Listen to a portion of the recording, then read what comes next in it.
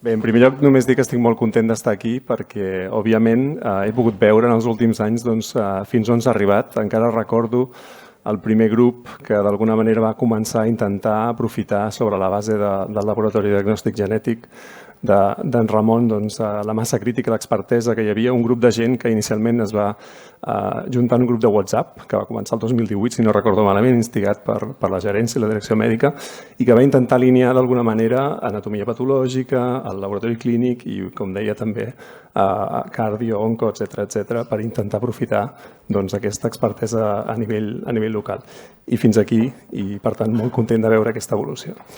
Llavors, jo tinc el plaer, i és un plaer genuí, d'introduir el doctor Carracedo. En un moment passaré el castellà, però bàsicament dir que és el director de la Fundació de Genòmica Mèdica del Sergas de Galícia.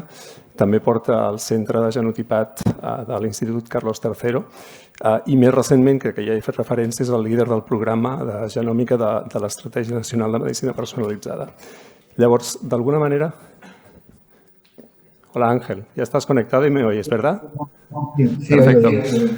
Pues aparte de eso, una introducción ortodoxa del doctor Carracedo implicaría listar todos sus reconocimientos, todos sus logros y de algún modo, como ya tenéis internet o ChatGPT, a quien le podéis preguntar, no me voy a extender para no quitar tiempo de su charla. Pero solo voy a decir 3 cosas que creo que me puedo permitir a nivel personal. La primera es que el doctor Carracedo lleva más de 40 años trabajando en genética, genómica, y de algún modo el genoma se secuenció hace más de 20 años, ahora tenemos el pangenoma, por cierto, que nadie ha mencionado, pero él ya era un pionero en los años 80, se fue a aprender cómo funcionan las PCRs, tuvo el primer secuenciador automático, creo, en España, con lo cual tiene esta perspectiva de estos 40 años. En segundo lugar, decir que eso le ha permitido tener un legado que va mucho más allá, o establecer un legado que va mucho más allá de sus hitos científicos en medicina forense, en medicina clínica y ahora también en diagnóstico de enfermedades raras en el contexto de IMPACT. Y creo que es una cosa que hay que poner muy en valor porque realmente hay generaciones de genetistas y no requiere mucha introducción que se han inspirado en su figura y yo de algún modo también he seguido su trayectoria y me he inspirado también en algunas de sus acciones. Y por último, decir que esto lo hace desde Santiago, lo ha hecho desde Santiago, ¿no? Lo ha hecho desde Madrid, desde Londres, desde Barcelona, desde Boston, lo ha hecho desde Santiago. Con lo cual yo creo que esto pone aún en mayor valor toda esta trayectoria. Con lo cual, espero que disfrutéis del lujo de que participe de esta jornada, porque siempre es un placer escucharle, le doy paso. Y le saludo, viaja, lo hace desde Santiago, pero viaja bastante, y hoy creo que nos saluda desde Colombia. Y parece que todo va bien, con lo cual ya puedo dejar de hablar. Venga. Bueno, pues buenos días a todos. Os escucho con retorno, pero me oís, ¿no? ¿Me estáis oyendo? Sí. Perfecto. Pues nada, pues muchísimas gracias por la invitación, por una presentación tan cariñosa, que la verdad que estoy muy feliz de estar con vosotros. Sí que estoy en Medellín, en Colombia, que es un congreso de genetistas muy internacional que se hace todos los años en Colombia, porque por algún motivo aquí el desarrollo de la genética clínica, aunque se formaron la mitad en Santiago, tiene bastante desarrollo a nivel estructural. Y bueno, yo la verdad que a ver si os cuento algo de la historia de la genética, pero me tenéis que perdonar que soy un desastre total. Ramón, que está por ahí, lo sabe. Porque justo hace media hora, cuando me levanté, aquí son las 6 de la mañana, me di cuenta que no tenía que hablar de medicina personalizada, sino del presente, pasado y futuro de la genética. Entonces escogí unas diapositivas que me hice inmediatamente para contaros 2 cosas de genética y para contaros cómo veo el futuro y cómo veo la estructura. Y es lo que os voy a contar. Pero a ver cómo lo hago. Voy a compartir la pantalla lo primero. Me siento un poquito intranquilo porque no sé si os oigo, pero si no,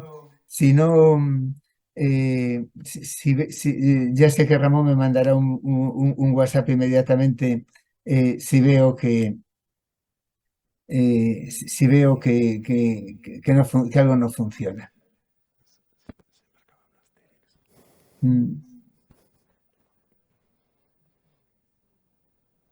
Espero que estéis viendo la pantalla.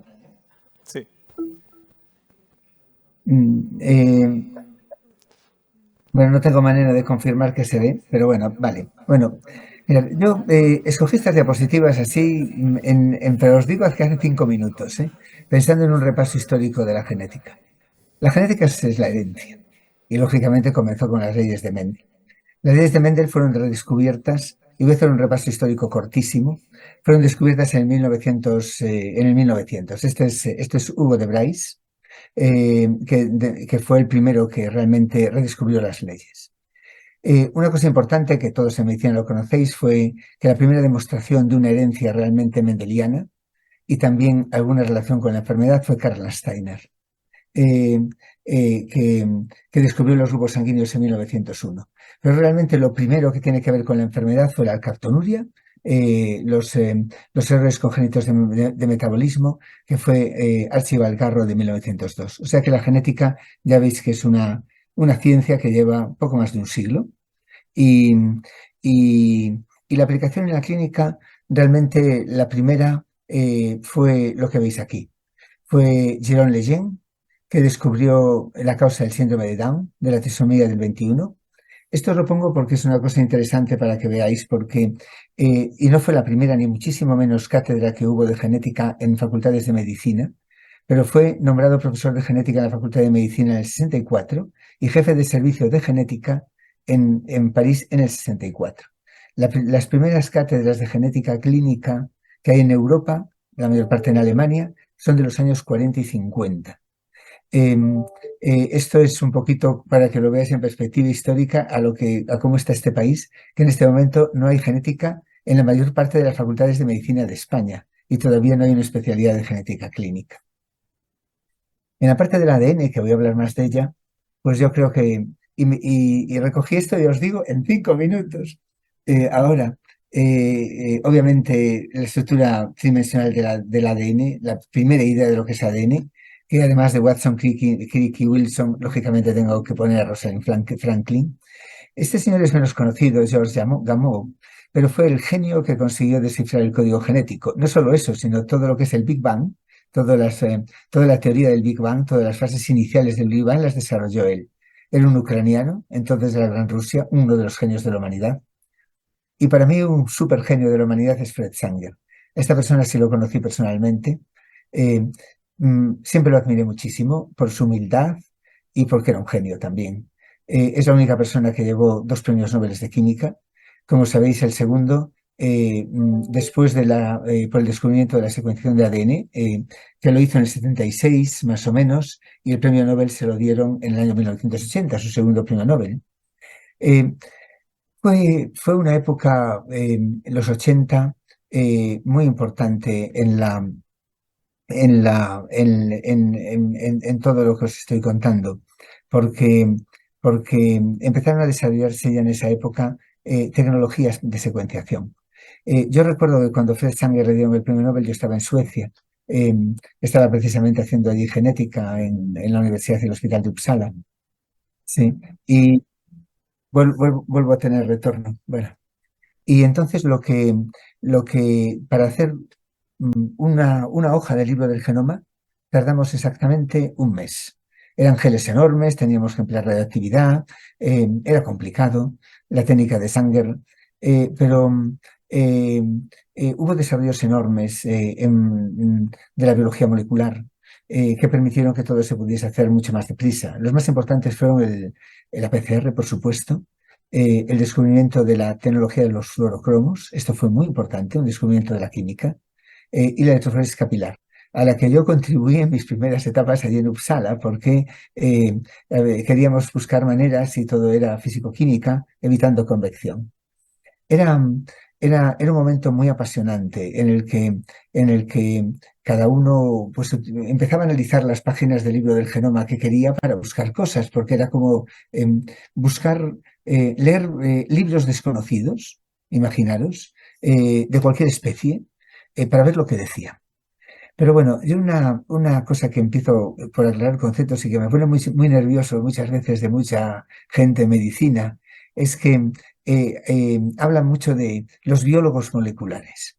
La biología molecular es un conjunto de tecnologías transversal a toda la ciencia, que se aplican desde agronomía, veterinaria, microbiología. Un genetista no es un biólogo molecular, es una persona que entiende de genes y un genetista clínico es una persona que utiliza los genes para el diagnóstico, pronóstico y tratamiento de las enfermedades. Eh, llamarle a un genetista biólogo molecular es lo mismo que llamarle a un patólogo microscopista o un clínico fonendoscopista. Son tecnologías, el conjunto de tecnologías. Bueno, fuera de este inciso, porque así me desahogo, me quedo muy contento.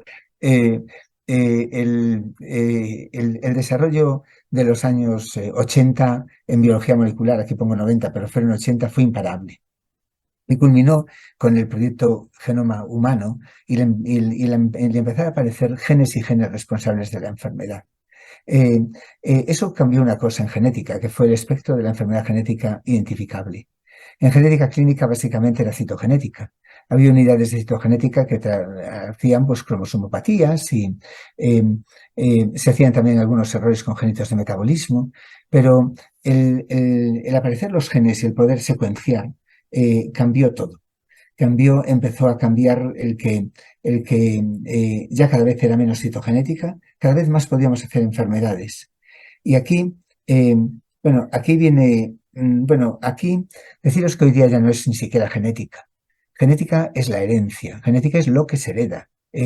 Las modificaciones translacionales del genoma, y esta es una cosa que tenía para niños para explicar lo que fue la que encontré en esta carrera que hice para cogerles unas diapositivas, eh, eh, mm, no es genómica. Todo lo que es modificación, lo que no es herencia, no es genética. Por eso yo creo que hemos pasado a medicina genómica y por eso fue un acierto. Y aquí voy a contar también una parte, un poquito de mi vida. Eh, eh, mm, cuando yo, como bien se dijo, empecé a hacer genética, me gustaba mucho la genética, no había especialidad de genética clínica en España, todavía no la hay, me fui a Suecia. Allí volví para hacer genética forense porque quería volver.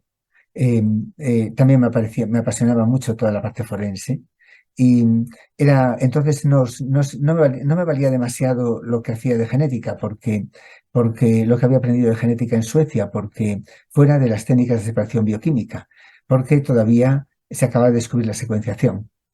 Pero en ese momento apasionante que os decía de la biología de los años 80, un amigo mío inglés, que era Sir Alex Jeffrey, secuenció le interesaba saber cuál era la función del ADN no codificante y entonces a principios de la década de los 80 secuenció un intrón del gen de la mioglobina y descubrió el polimorfismo del ADN minisatélite. Vio que había unos polimorfismos allí brutales. Hoy día sabemos que en el ADN no codificante está la regulación, pero entonces no se sabía y se pensaba que era ADN basura. Él no descubrió esto, pero descubrió algo que tuvo muchísima importancia en justicia, que fue que en esas regiones éramos tan distintos que el ADN se podía emplear para la identificación humana y para la resolución de problemas judiciales, y publicó un artículo en Nature que lo tituló DNA Fingerprint. He descubierto el ADN como una huella digital. Eso fue una revolución. La revolución forense fue antes que la revolución clínica. No se había descubierto prácticamente los primeros genes por secuenciación relacionados con patología, cuando la genética forense era una realidad. Es cierto, nuestro grupo tuvo ahí muchísimo desarrollo y lideró muchos de estos desarrollos también a nivel mundial. Y precisamente por eso sí que me pareció que era muy importante estar en la primera avanzada siempre de la tecnología. Por eso cuando apareció la PCR, yo me fui a Estados Unidos a aprender PCR. Y me traje, bueno, entonces no se hacía con termocicladores, se hacía con baños, pero me pareció una cosa fantástica porque para forense era muy importante. Y el primer secuenciador que hubo en España, efectivamente, lo mismo que el primer sintetizador de oligonucleótidos, porque teníamos que hacerlos, no se compraba un primer, se había que hacerlos, pues sí que lo tuvimos nosotros. Pero eso me produjo un problema no, una cosa muy bonita. Y es que cuando empezó a ver la genética empezó a ver el diagnóstico genético de enfermedades por secuenciación, toda la genética molecular, el desarrollo de la genética molecular clínica, empezaron a pedirnos pruebas de todos los lados, porque éramos los únicos que teníamos un secuenciador. Entonces, en Galicia, algún gerente de hospital inteligente, había solamente una unidad pequeñita y otra más pequeñita en Coruña de citogenética y otra en Santiago. Entonces me empezaban a ofrecer dirigir servicios de genética clínica, aunque no había especialidad, porque se daban cuenta que nos tenían que pedir pruebas. Era el momento que todo el mundo me ofrecía ser director de un instituto de medicina legal por el mundo adelante, sobre todo por Alemania y Escandinavia, o ser director o ser jefe de servicio de genética de una especialidad inexistente. Yo con un consejero, le llamamos aquí, un consejero de sanidad inteligente, le dije, mire, me están ofreciendo ser jefe de servicio de Coruña, de Santiago, de Vigo, ¿por qué no hacemos una cosa que valga para todos? Porque yo me di cuenta que esto no era lógico, que era más lógico concentrar. Somos una población de 2 millones de habitantes, toda Galicia, 2,5 millones de habitantes. Entonces propuse, y me lo consideraron así, tiene otra historia, la creación de la Fundación Pública Gallega de Medicina Xenómica, como una unidad del sistema gallego de salud para dar servicio a todos los hospitales de Galicia en todas las pruebas de genómica. Ya veis que me adelanté mucho a lo que es hoy día genómica, ¿no? Porque no me pareció lógico llamarle genética.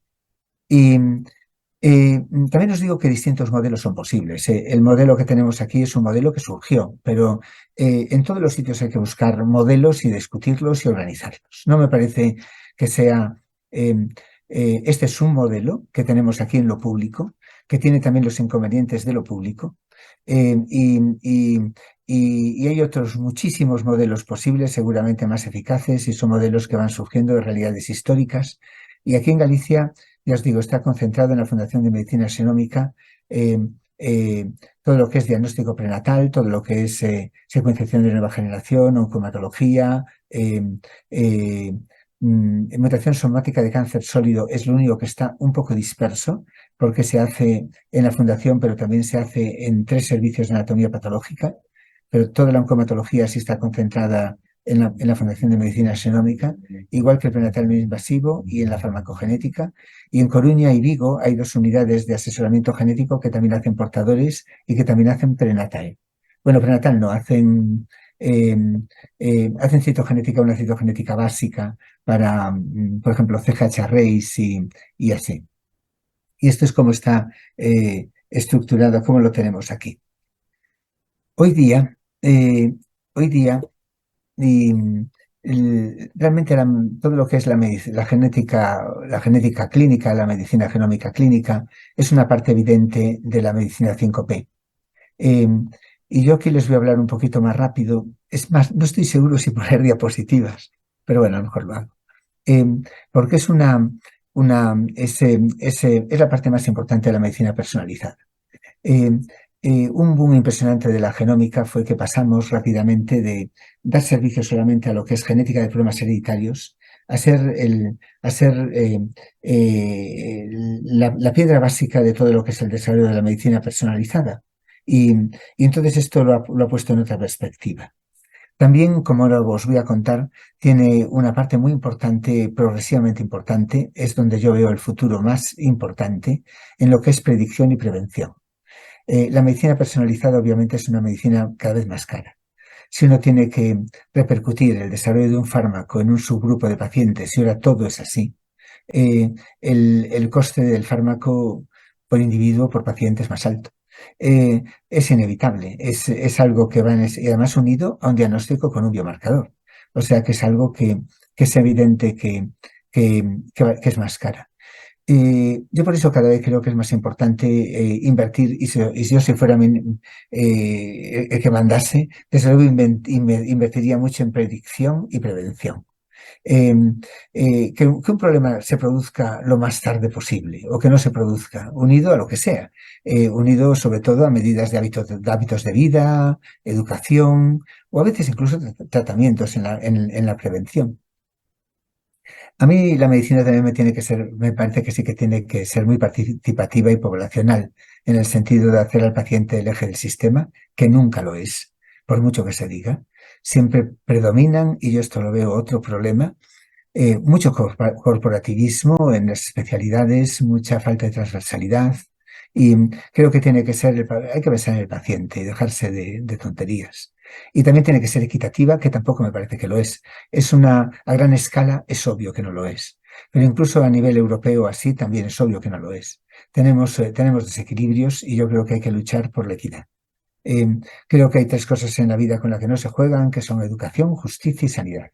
Y que hay modelos distintos, los que se quieran, pero que hay que buscar la equidad. Voy a también para poneros en perspectiva de otros pensamientos. Y de verdad que no pensaba hablar de esto. Me tenéis que perdonar porque estoy hablando sobre la marcha. Eh, un concepto que también sí que me importa mucho aclarar es el de heredabilidad. ¿Cuánto es genético y cuánto es ambiental en una enfermedad? Somos genes y somos ambiente. Eso es obvio para todo. En una enfermedad mendeliana, en el color de la piel, el color de la piel no. El color de los ojos somos muy genes.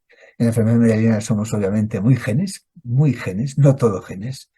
En la enfermedad compleja, que es la mayor parte de la enfermedad mendeliana supone más o menos el 8 o 10% del total de la enfermedad.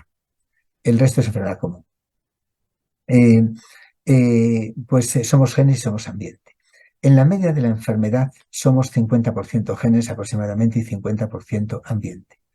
Los genetistas tenemos una medida para estimar cuánto es genes y ambientes que se llama la heredabilidad, que es la varianza genética en el total de la varianza. Y lo sabemos porque la tenemos bastante bien estimadas, porque sobre todo en los países escandinavos, más recientemente Reino Unido, han hecho cohortes poblacionales enormes y seguimiento de hermanos y gemelos, muchas veces separados de ambiente, y así se puede estimar. Hay dos maneras de estimar la heredabilidad. Una, basándose en estudios familiares que habitualmente la sobreestiman. Pero las estimas mejores de heredabilidad ya tienen en cuenta el ambiente no compartido, que más o menos lo disminuye un 10% o un 15% sobre el ambiente compartido. Por ejemplo, este estudio que veis a la derecha, que es un estudio muy bueno de autismo, da una heredabilidad general del 0,80 y algo por ciento, ya corregido para ambiente no compartido, 0,82% para ambiente no compartido. Esto es como hay que hacerlo o como se tiene que ver. Otras veces ven estimas de heredabilidad que están basadas en estudios de GWAS. Esa es una heredabilidad infraestimada, porque el total de la varianza genética cuando se hace un GWAS no está capturada, porque riesgos relativos muy bajitos no se pueden capturar. También hay otro error muy grande en la medicina que se dice, por ejemplo, que se piensa que la heredabilidad es solo lo mendeliano. No. La heredabilidad no es lo mendeliano.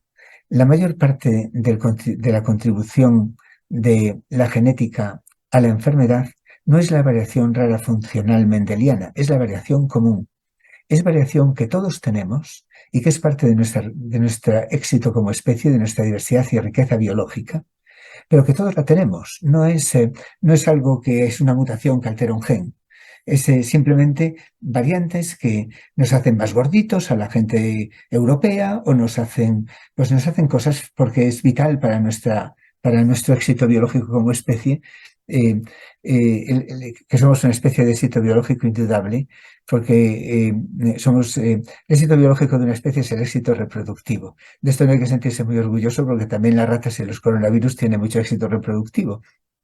Pero esa variación que todos tenemos es lo que contribuye a este éxito y que está en gran medida ligada al desarrollo del sistema nervioso central.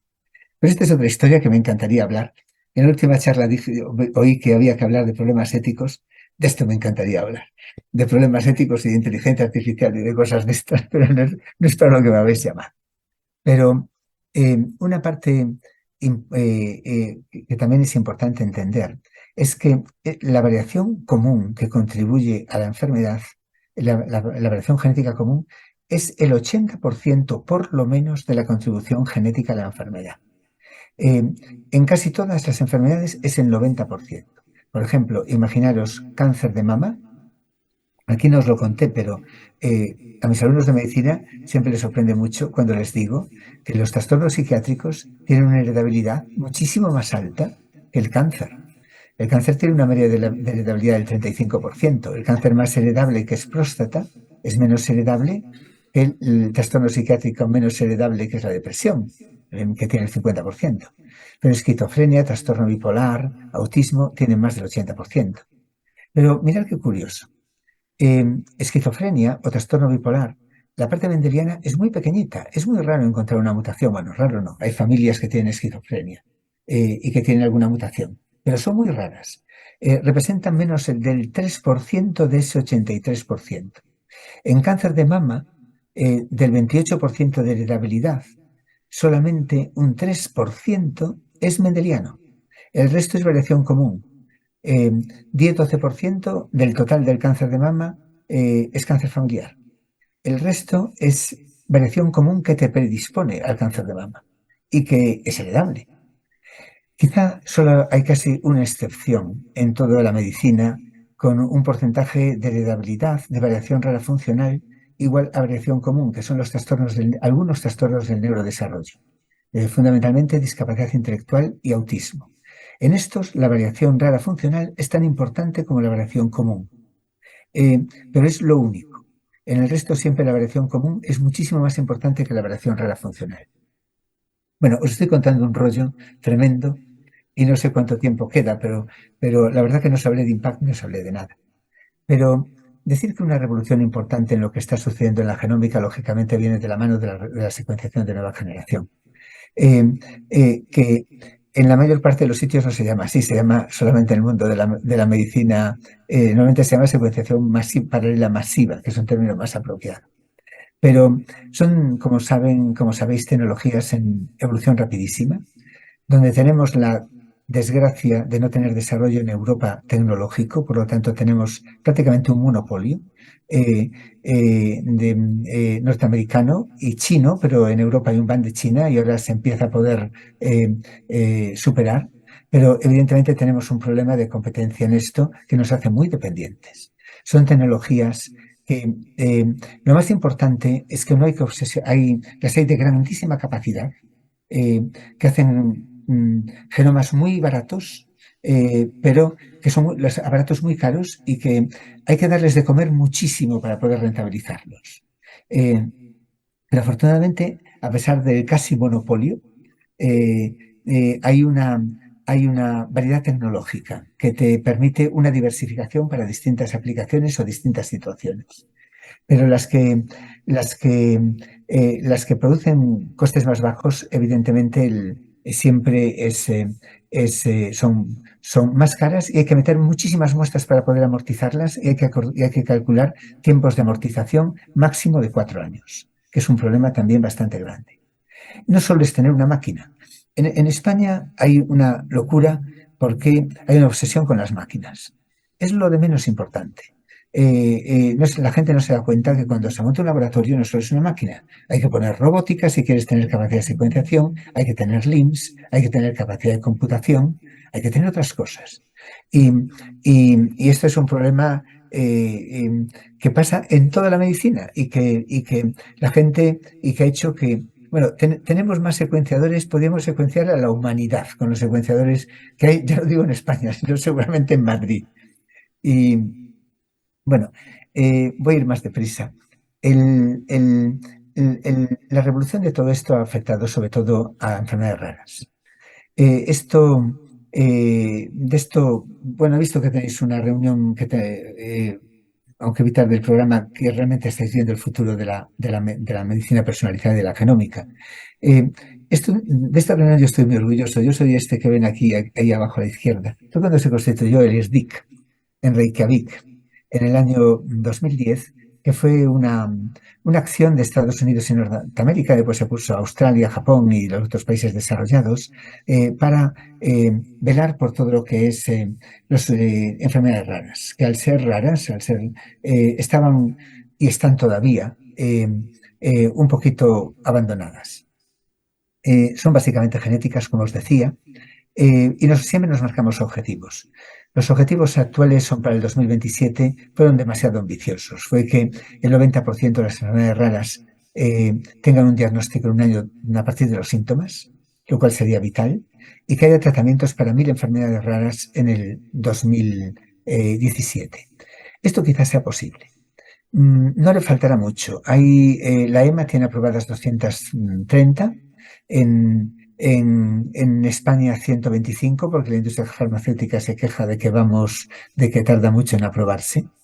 Hay problemas evidentes también de equidad y problemas en este tema, problemas de acceso desigual en Europa y en España. Eh, y, y esto quizás sea conseguible porque la gran farma entró a saco. Yo en el congreso que estoy aquí, de verdad que todo es AstraZeneca, Lilly, compañías importantes norteamericanas y japonesas. La gran farma entró. Los desarrollos de terapia génica y celular fueron brutales, pero eran muy académicos. Y ahora de repente a la farma le interesa. Entonces esto es un cambio radical. Ya os lo digo absolutamente en velocidad de implantación. El tema el tema importante es la evaluación. Bueno, no tengo mucho tiempo de hablar de esto, pero sí que se podría discutir. En España no conseguimos ni de broma el reto de diagnóstico. Tenemos un tiempo de diagnóstico medio de 4 o 5 años, según FEDER, pero yo creo que es bastante mayor. Y hice hace poco, de forma altruista, a colectivos de discapacidad intelectual, a asociaciones que estaban todos sin diagnosticar. Muchos eran enfermedades raras, pero otras eran genes conocidos. Había X frágil sin diagnosticar. España no tiene una estructura, no tiene especialidad genética, es el único país del mundo desarrollado que no la tiene. Aquí en Colombia la tienen desde hace 15 años.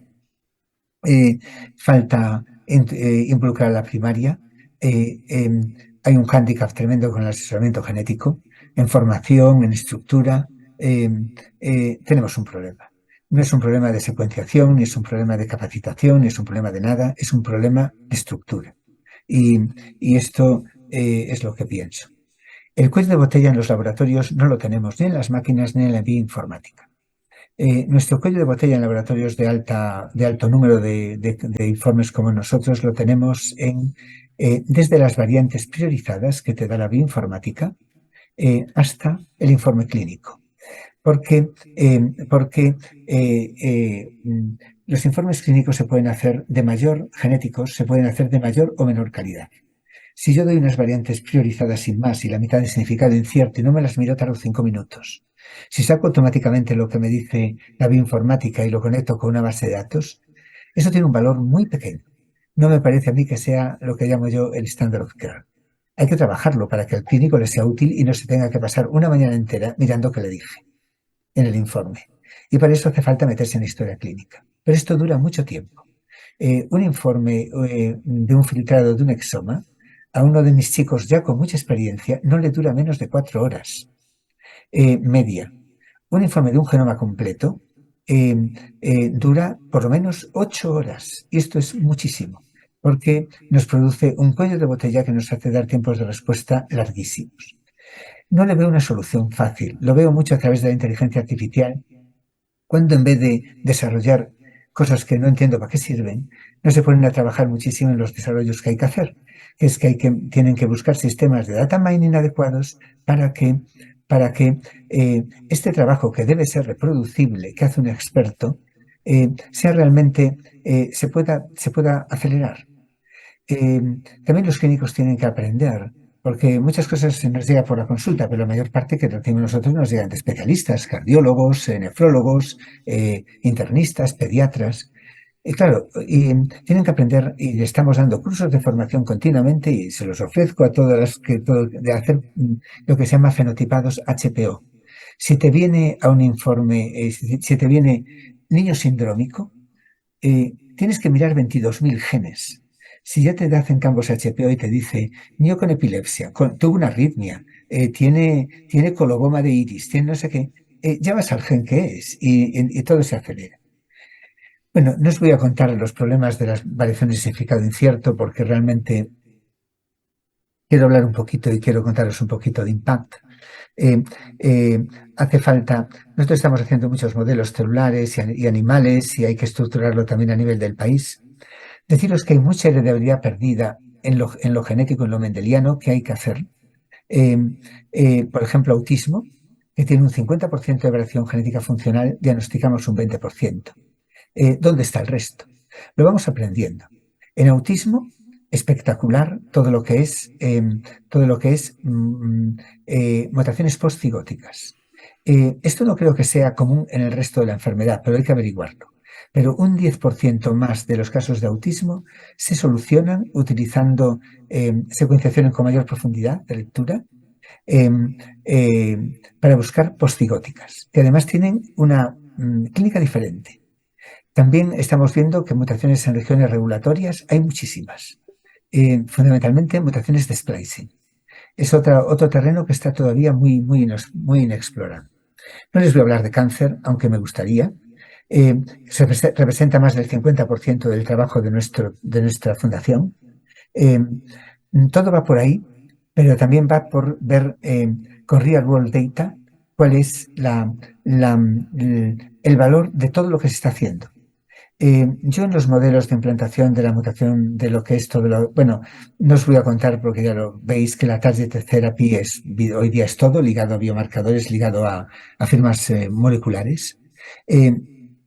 Pero deciros que hay mucha controversia sobre qué tiene que estar incluido, ¿no?, en un portfolio de servicios, en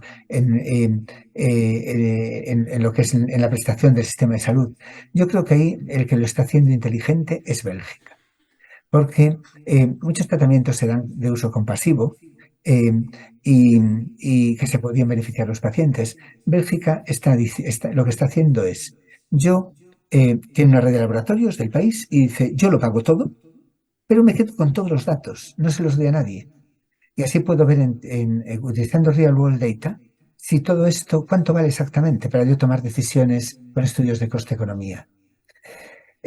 No, solo deciros que para capturar la información común, la variación común, no se utiliza secuenciación, se utiliza estudios de GWAS. Es la manera de capturarlo.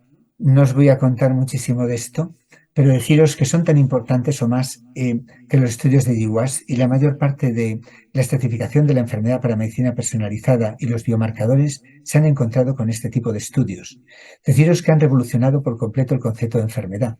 Este es un trabajo nuestro de esquizofrenia, uno de los que tenemos, yo creo que es el más importante, que hicimos con Decode Genetics y otros dos grupos europeos, donde vimos que los genes involucrados en la esquizofrenia eran genes de inmunidad y que la esquizofrenia era básicamente una enfermedad autoinmune.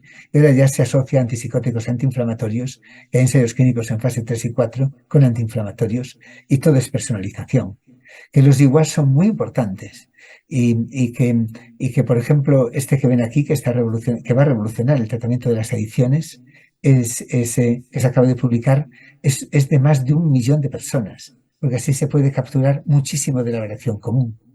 Este se lo pongo porque ven aquí uno de los genes que se implicaron es el PDE4B, que tiene fármacos de reposicionamiento, bueno, hay tratamientos con algunos efectos secundarios, que está absolutamente involucrado en adicción.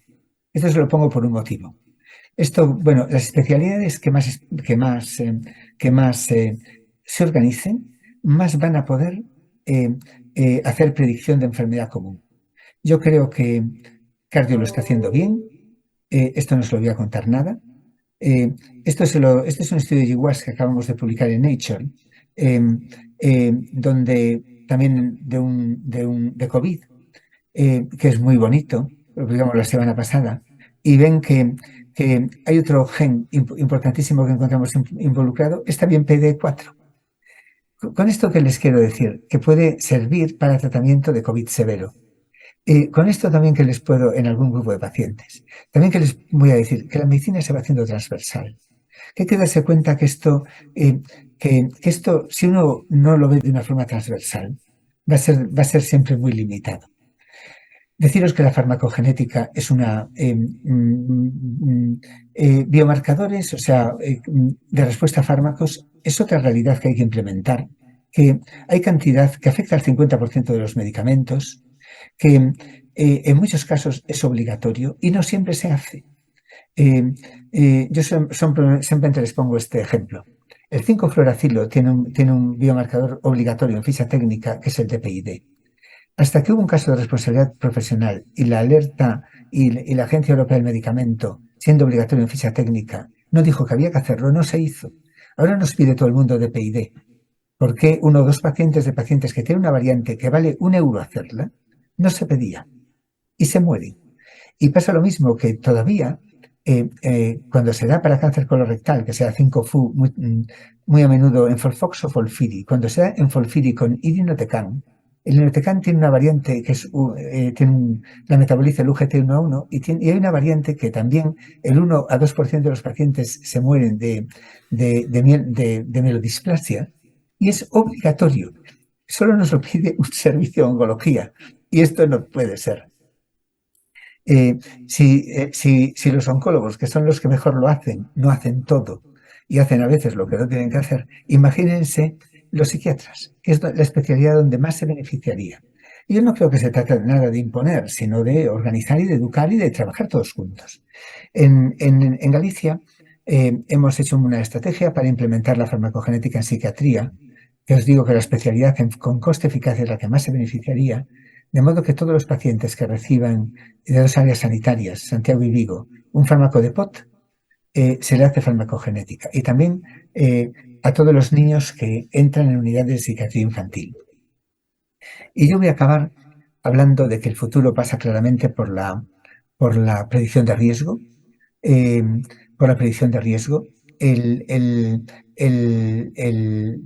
hacer PRS, ligado a todos estos estudios que os digo de GWAS. Se trata de, si yo tengo un SNP que me produce un riesgo, más lo que conozco de variación genética individual, sumo todos los SNPs y tengo una estima de riesgo genético. Lo asocio con otros estimas clínicos y tengo una estima de riesgo de enfermedad. Esto es lo que se llama hacer estimas de riesgo poligénico. Y hubo una gran revolución con un artículo de Nature Genetics cuando se vio que para algunas enfermedades podemos predecir mejor el riesgo genético que la enfermedad mendeliana.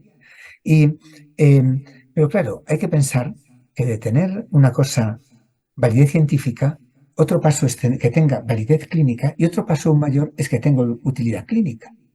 La enfermedad común que mejor se podría predecir es sin duda Alzheimer. Pero ¿para qué vale predecirla si no hay nada para tratarla? Aumentaría los ataques de ansiedad en todo el mundo. Entonces no tiene lógico, no es accionable, no se puede emplear.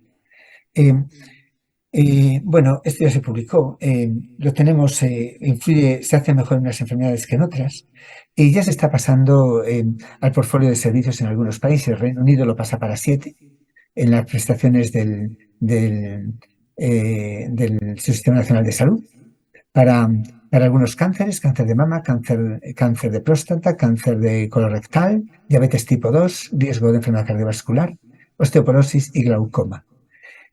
Aquí en España, ligado a Impact, a mí me parece que vamos a hacer los primeros pilotos para cáncer de mama y seguramente para osteoporosis, porque es un problema grande la fractura de cadera y mejora mucho lo que se hace el FRAXE, los criterios clínicos. Riesgos genéticos por sí mismos no valen para predecir riesgo, tienen que ser unidos a riesgos clínicos. Y con esto voy a ir acabando. Predecir riesgo es el futuro, pero en este momento todos los estudios de GWAS se han hecho en población británica o norteamericana de origen básicamente británico. Si uno predice un riesgo de una enfermedad, imaginaros que se pudiese predecir algo con el 100% en el Reino Unido, solo predecirías el 80% en España. Y donde estoy yo no predecirías nada. Por eso fue la idea de decir, hay que lanzar el 1.000.000 de genomas. Tenemos que poder predecir igual que el Reino Unido, porque para eso te hacen falta números muy grandes. El problema de los GWAS es que se imputan en un servidor que se llama el servidor de Michigan, se llama Minimac, con el servidor de Michigan, que tiene una enorme base de datos de europeos británicos. Necesitamos absolutamente el poder hacer esto para poder predecir mejor. Necesitamos estándares. Yo no os voy a hablar de los problemas que tiene. Necesitamos integrar información, Yo os hablé de genómica, pero el futuro pasa claramente por la integración de biomarcadores. Pero también la inteligencia artificial tiene muchas limitaciones. La más importante de todas son dos. Una es la paradoja de la multidimensionalidad. Es muy difícil trabajar cuando hay más variables que muestras. Y otra es el efecto que llamo yo TikTok, la redundancia de la información. Ves lo que quieres ver. Y entonces ese es un problema grande que se puede solucionar quizá con una estrategia que se llama randomización mendeliana. Es utilizar los SNPs asociados a la enfermedad común como variables independientes para ver el efecto confusión de otras variables. Así, por ejemplo, se pudo ver que la vitamina D no tiene nada que ver con la osteoporosis.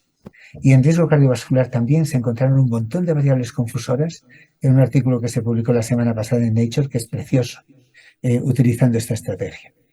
Me quedo sin hablarles de Impact, pero decirlo simplemente que es una cosa preciosa, que es donde veo yo el futuro. Y Impact, voy a dedicarle este último minuto. España apostó decididamente por la medicina personalizada. Yo me alegro mucho de que en el Ministerio hayan tenido esa idea.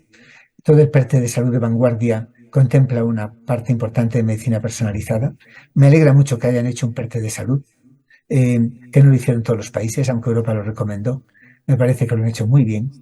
Me parece que el PERTE de salud de vanguardia enfoca aspectos muy importantes, tanto datos como nuevas terapias, como terapias avanzadas y como medicina personalizada.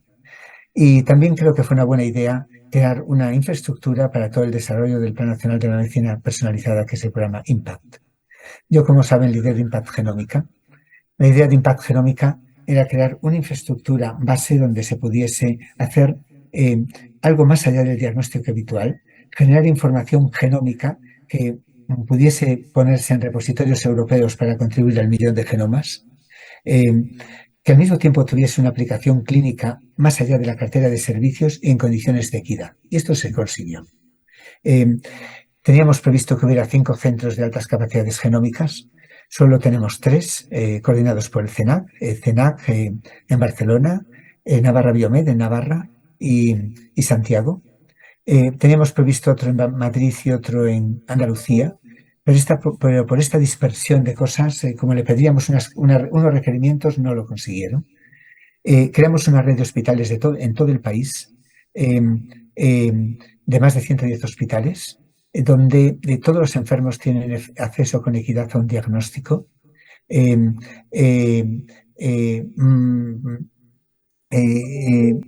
Tenemos también con todos los pacientes, tenemos también a las asociaciones de pacientes involucradas y tres ejemplos de aplicación. Uno es enfermedades raras.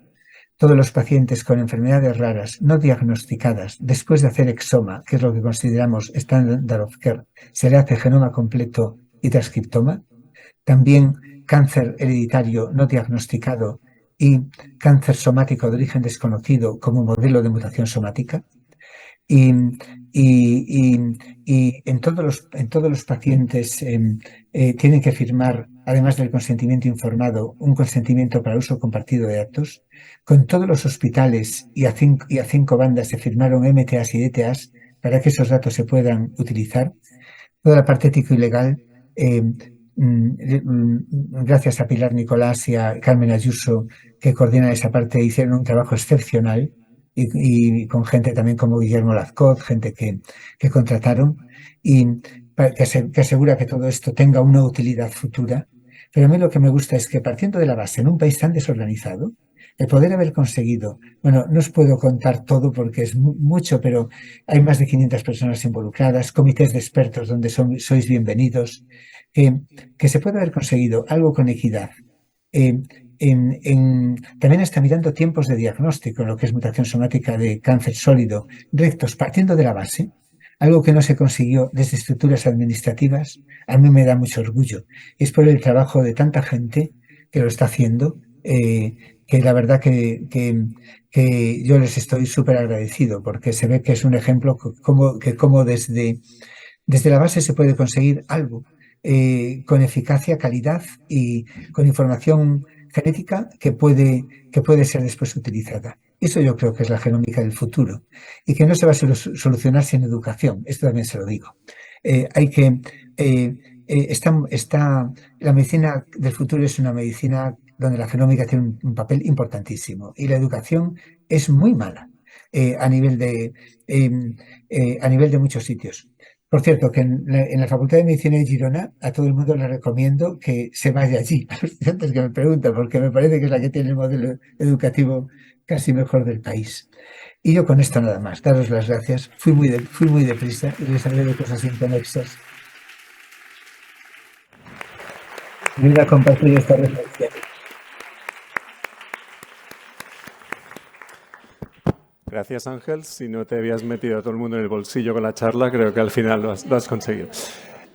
Preguntas, tenemos 10-15 minutos. Gracias, por cierto, por adaptarte tan rápidamente al título de la charla. No tenía ninguna duda que con tu capacidad docente y tu rol de profesor también te saldrías. Es que me quieres muy bien, pero soy un desastre. ¿Podéis creer que tenía que hablar de medicina personalizada? Digo yo, esto es chupa. Medicina personalizada, estoy hablando todo el día. Me levanto a las 5 de la mañana y en una hora la tengo hecha. Y miro el programa y veo pasado, presente y futuro de la genética. Yo, casi me da un infarto de miocardio. No te Pero bueno, preocupes, gracias a que sois muy amables y muy benévolos, lo habéis soportado. Le daremos la culpa y no el micrófono a Ramón, ¿vale? Si te parece bien, sí. Preguntas. Deben ser sobre Impact. De hecho, decirte que durante la mañana ha habido un par de referencias a Impact, con lo cual, si alguien tiene una pregunta concreta sobre Impact. Sí, porque no pude hablar de nada. Si no, voy a empezar yo con... perdón. Sí. No, pero es de ética. No, ni siquiera de ética. Profesor, me gustaría preguntarle su opinión de por qué en España no tenemos aún esa especialidad. ¿Qué razones hay detrás? Porque yo intuyo que tiene que haber razones de corporativismo académico, no lo sé, pero me gustaría saber su opinión, porque seguro que la tiene formada. Gracias. Es que tiene como una historia muy larga. Yo con una gran genetista catalana, ahora retirada, pero que siempre fue una referencia, que era Montse Baiget. Una vez, como en el año 90, me llamó y me dice, Ángel, vente conmigo que vamos a visitar a un ministro. Y yo, vale. Y entonces, porque tiene que haber especialidad en genética. Y entonces el ministro nos escuchó y como siempre que me pasó que fue a visitar a uno, salimos como muy contentos diciendo, lo conseguimos. Y después nunca pasa nada. Esta es mi primera sensación. Consigues que todo el mundo... ¿Y después qué pasó? Sí que hubo corporativismo, claro. Empezó a haber, precisamente por una falta de formación de lo que es la genética. Y por una falta de entender cómo el mundo o la gente viajar. Yo no sé por qué la gente no viaja, los que mandan y no van a otros sitios. Es que no lo entiendo. Y entonces, ¿qué pasó? Sí que hubo corporativismos. Primero, los pediatras ya lo habían muchos empezado a asumir. Pensaban que perdían una parte. Después empezaron los analistas clínicos. Todo el mundo empezaba a decir, esto es mío, esto es mío, esto es mío. Y es una de las cosas que más odio. Nada es de nadie. Y además en un momento que se dice pero hay que tener un conocimiento. Yo creo que esto es un sí que hubo corporativismos que lo han limitado. Hubo también problemas, también corporativismo no solo de especialidades, sino a otra escala. No, esto es de los médicos. Los médicos somos los únicos que podemos tener contacto con los pacientes. El asesoramiento genético es nuestro. Los biólogos, ay no. La tecnología, la biología es nuestra, la genética es nuestra. Somos los que sabemos de biología molecular. Pero ¿por qué no se piensa de otra manera? Hasta hay disensiones en esto internas. No puede ser. Con estas bobadas lo que hemos conseguido es que no haya una formación reglada de gente. Esto ha hecho un daño enorme. En algunos sitios a nivel local, donde hay centros grandes, por ejemplo, está aquí Carmen Ayuso, que la acabo de ver ahí. Bueno, me acaba de mandar un WhatsApp y la acabo de ver, no sabía que estaba. Pues Pues claro, en centros como el suyo se puede hacer una formación integrada. En centros como el mío se podría si tuviésemos tiempo, pero se podría. Pero no, se ha hecho un desastre. Y a mí me da muchísima lástima, la verdad. Y también ha tenido un impacto en otras muchas cosas. ¿Quién no se entiende un informe de genética? ¿Están preparados los médicos que salen para entenderlo? Yo creo que no. A nosotros la mayor parte de los asesoramientos genéticos no nos los derivan especialistas, nos vienen de los propios pacientes que nadie les ha explicado lo que tiene. Nadie se lo ha sabido explicar, porque nadie lo ha entendido. De verdad que tenemos un problema muy serio en una medicina que es básicamente genómica, el que no tengamos una educación, una formación de los especialistas en esto y una especialidad de genética clínica, que ya debía ser de genómica clínica, es un desastre.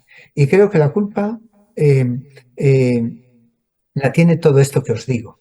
Y que no entiendo por qué. Y que de esta vez, como igual del otro, desde la base lo solucionamos, esta vez desde la base no lo estamos ayudando a solucionar. ¿Más preguntas? Carmen, no sé si por alusión. Si no, mientras sale alguna pregunta más, yo te voy a preguntar sobre una de las palabras o conceptos que el Carlos III insiste mucho en torno a Impact y en algunas de las convocatorias de medicina personalizada, que es el tema de la implementación. Es decir, dejando aparte el tema de la formación en el que estamos incidiendo, y de hecho en casi cada jornada de genética clínica hay una sección debatiendo que se debería tener la especialidad, espero que lo veamos pronto. ¿Cuáles son las barreras de implementación que tú crees son las principales en la práctica clínica? Si algún día Impact escala aún más, ¿cuáles crees son que serían las barreras que se deberían superar?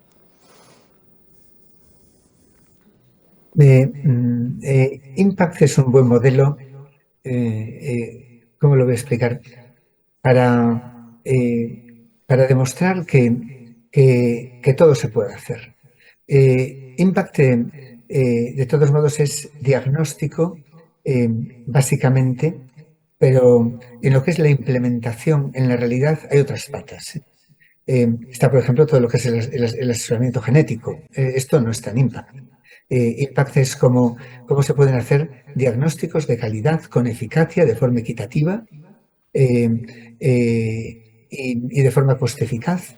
Y no hemos entrado en lo que y lo hacemos, imaginaros, algo más complejo que el diagnóstico habitual.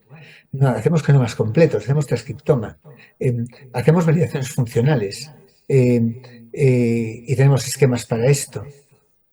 Es, digamos, un modelo para que el sistema de salud pueda decir, esto se puede hacer. Y después también pueda valorar estas nuevas tecnologías para saber si tienen coste eficacia y hay que trasladarlas a una cartera de servicio. Que, por cierto, se está diseñando en el sistema de salud y a mí no me gusta nada. La implementación, después de la realidad, hay que adaptarla a nivel a cada realidad. No es lo mismo la realidad de Galicia que la realidad de Asturias, que la realidad de Cataluña, pero sí hay que pensar. Hay que pensarla pensando en el paciente, con criterios de magnanimidad, con criterios amplios, contándose varios líderes y decir realmente cómo tenemos que hacerlo con su sistema de salud, cómo podemos hacerlo, evitando y ver, porque hay muchísimos modelos posibles. Ya os digo que no solo el modelo centralizado es lógico. A lo mejor es lógico en una realidad y no es lógico en otra realidad. Hay que estudiarlo en cada caso, verlo y es como pienso que hay que hacerlo. Pero hay que sentarse. Esto viene tan deprisa y sobre todo ligado a lo que se estima el riesgo poligénico, que es indispensable, que además de mejorar la formación en genética clínica, la formación de la gente, todo esto, se sienten los responsables del sistema de salud y digan, ¿cómo lo vamos a organizar aquí? Porque hay ya todo esto y va a venir todo esto. Y tenemos que hacerlo de forma eficaz y equitativa y de calidad y barata. Y es lo que creo que hay que hacer. Ignacio. Hola Ángel, soy Ignacio Blanco. Gracias por tu charla y compartir tu conocimiento con nosotros. Una pregunta. Creo que IMPAC es una de las cosas que va a conseguir es participar en este 1 millón de genomas a nivel europeo. Pero ¿puedes compartir con nosotros las dificultades que están habiendo para poder compartir los datos genómicos a nivel europeo? ¿Qué soluciones estáis proponiendo para poderlo compartir? Bueno, sí, de eso tendría que decir que IMPACT es una pequeña contribución al 1 millón de genomas. La mayor parte de la contribución más importante al 1 millón de genomas, y es un compromiso de España, que espero que cumpla, pero que no sé si cumplirá, es secuenciar población general de toda la población española. Ojalá ligado que al programa que tenemos, al programa de cohortes. Pero España tiene un compromiso proporcional en este 1 millón de genomas, 57.000 genomas de población española secuenciada, es decir, el 10% de la población europea, que es lo que somos, y IMPACT va a contribuir solo con 2.000 o 3.000, y además de enfermedad rara o de cáncer hereditario. Hay que secuenciar cohortes y con criterios poblacionales, y esto hace falta, y esto no hay un presupuesto para esto todavía, no hay nada. Y esto sí que me parece que es una limitación que tenemos, porque esto es lo que nos va a dar. Es que no entiendo por qué no se dan cuenta que esto es vital para que después podamos predecir riesgo bien y que esas estimas de riesgo en España valgan, que si no, no valen, porque tenemos unas características además genéticas bastante distintas, en lo que que influyen, un 20%, pero influyen muchísimo. Y después en lo que se refiere a datos, a lo que aspiramos es a tener una EGA federada. Espero que la gente no se... Veo que hay una cierta reticencia, hay una cierta siempre, es un poco lo de siempre, a pelearse por los datos. Para mí los datos tienen que estar, son importantísimos, es evidente, y para mí hemos puesto en IMPACT todas las piedras angulares para que esos datos puedan ser compartidos con las máximas condiciones éticas y legales y de seguridad. Y yo creo que la manera es una EGA federada. EGA es European Genome Archives. Nodo de EGA es el BSC en Barcelona. Nodo de EGA en Europa es Heidelberg. Seguramente el futuro pasa por otros nodos de EGA, en una red de EGA en todos los países, a lo mejor 2 o 3 nodos en España. En mi opinión, es por donde lo veo. Tiene que mirarse otra vez ahí con criterios generales, con criterios de decir qué es lo bueno, qué es lo bien para todos, no decir qué es lo bien para mi institución. Y yo el futuro lo veo por una EGA federada, claramente, donde se pueden hacer beacons y así, y se puedan obtener información fácil. ¿Alguna pregunta más? Sí, ahí detrás la última.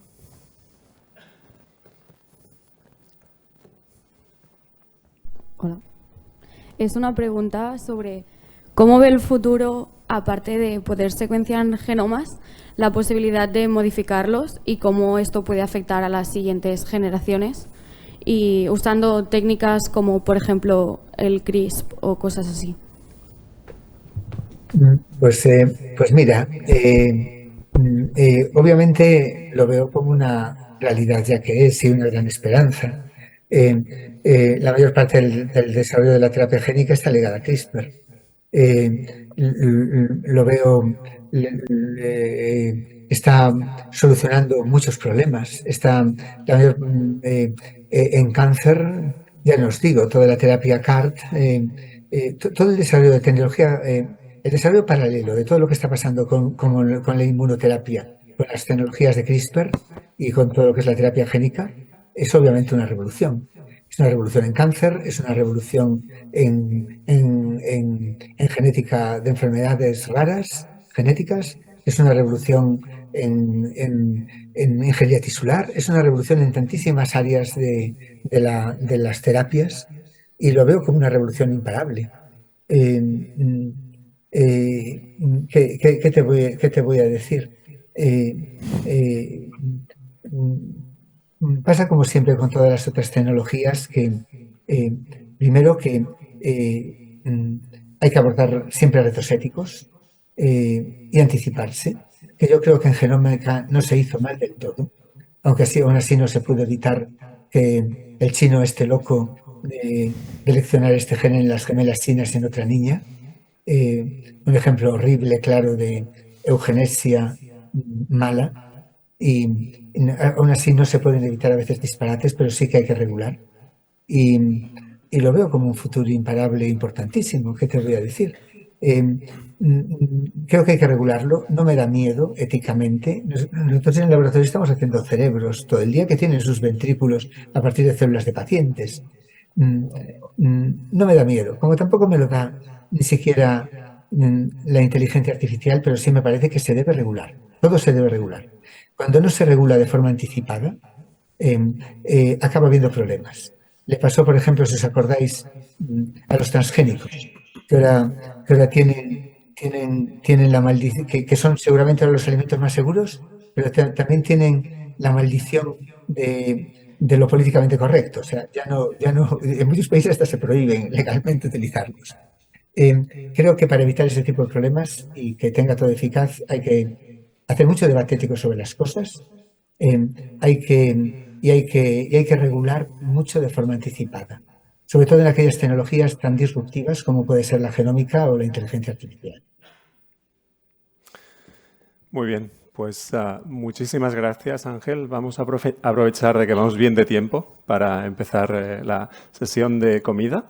Y no hay, si te pudieras quedar por la tarde, hay sesiones de ética que sé que te interesa mucho y has visto algunas de las ponentes, pero entiendo que tienes otros planes en Colombia, con lo cual nos despedimos y te agradecemos de nuevo el esfuerzo de adaptarte y de levantarte tan pronto. Pues muchas gracias. No, aquí en Colombia la verdad que me tratan con tanto cariño, que cuando voy allí digo, qué bien se estaba en Colombia. Pero es cierto que es una paliza. De hecho, llevo solamente 3 días, no sé cuántas charlas y cuántas reuniones. Hoy doy la última, que clausuro el Congreso, y ya me vuelvo a España. Eso es porque tienen la especialidad. Eso es porque tienen la especialidad. Es muy, un poco cansado, pero me lo compensan con cariño, como lo veis. Como tú sobre todo me lo has demostrado en la presentación y en tus palabras. Y nada, un cariño a todos y gracias a todos. Bueno, nos vemos pronto.